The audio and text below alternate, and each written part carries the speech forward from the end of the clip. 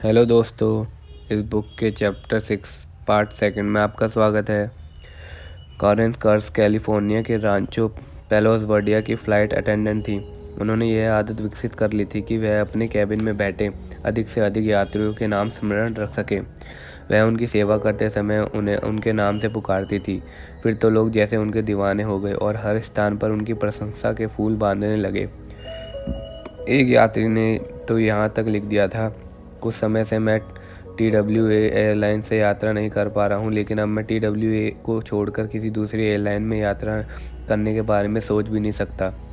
आपकी एयरलाइन में यात्रा करते समय मुझे अनुभव होता है कि जैसे मैं अपनी व्यक्तिगत एयरलाइन में ही यात्रा कर रहा हूँ।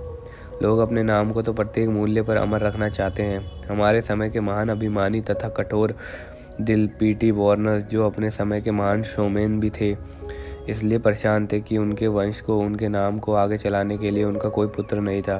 फिर उन्होंने अपनी बेटी के बेटे से H. सीले के समक्ष यह प्रस्ताव रखा कि यदि वे अपना नाम बदलकर बार्नम सीले रख ले तो वे उसे इसके बदले में $25,000 दे देंगे। नाम की महत्ता का इससे बड़ा उदाहरण और क्या होगा कि शताब्दी पहले से ही उच्च वर्ग के धनी लोग लेखकों, कलाकारों तथा संगीतकारों को दिल खोलकर आर्थिक सहायता इसलिए देते आ रहे थे क्योंकि वे चाहते थे कि उनकी रचनाएं उनके नाम पर समर्पित हो। यही हाल पुस्तकालय तथा संग्रहालयों का भी है। ऐसे दानियों को कभी भी कमी नहीं रही जो इन संस्थानों को खूब धन दान स्वरूप देते आ रहे हैं, मात्र इसलिए कि उनका नाम मानवता के दास में अजर अमर रहे। न्यूयॉर्क की पब्लिक लाइब्रेरी में एस्टर तथा लेनॉक्स कलेक्शन है, तो मेट्रोपोलिटन म्यूजियम में बेंजामिन आल्टमैन और JP मॉर्गन के बेशुमार कलेक्शन है। प्रत्येक चर्च में खूबसूरत कांच की खिड़कियों पर उसके दानताओं के नाम लिखे होते हैं।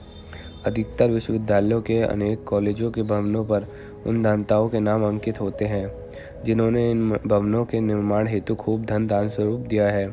जो लोग यह बहाना करते हैं कि वे अधिक नामों को स्मरण नहीं रख पाते, उनमें से अधिकांश तो केवल इसलिए नामों को भूल जाते हैं क्योंकि वे किसी भी नाम को याद रखने के लिए ना तो प्रयास करते हैं, ना ही चित्त एकाग्र करते हैं, और बहाना ये बना देते हैं कि व्यस्तता के कारण वे अधिकतर नाम भूल जाते हैं।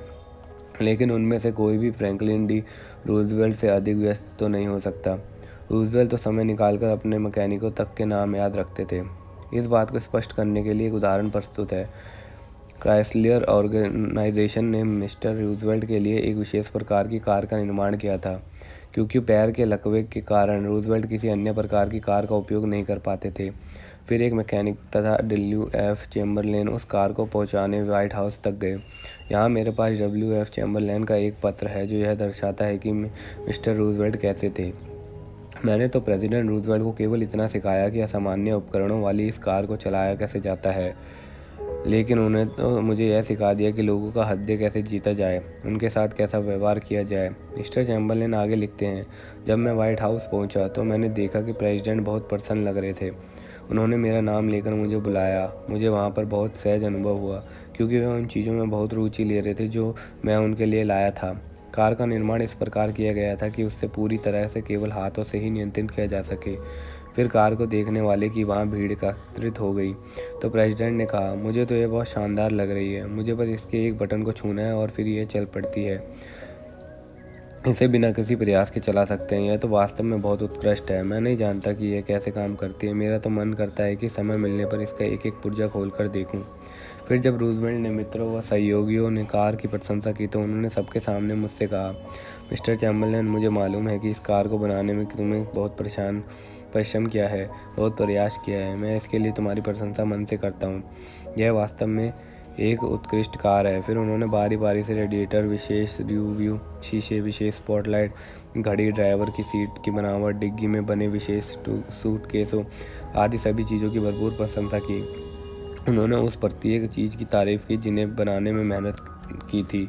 फिर उन्होंने एक एक करके कार की सब विशेषताओं की और Mrs Roosevelt, Miss Perkins, secretary of labour तथा अपनी सचिव का ध्यान आकर्षित कराया। वह व्हाइट हाउस के पुराने पोर्टर को भी यह कहकर तस्वीर में ले आए, जॉर्ज, आप इन सूटकेसों का अच्छी तरह से ध्यान रखने के लिए बेताब दिख रहे हैं।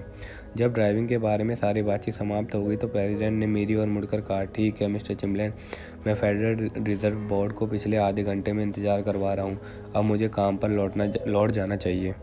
अगर इस वीडियो ने आपकी थोड़ी सी भी हेल्प करी हो तो प्लीज़ लाइक, कमेंट, सब्सक्राइब ज़रूर करें। Thank you.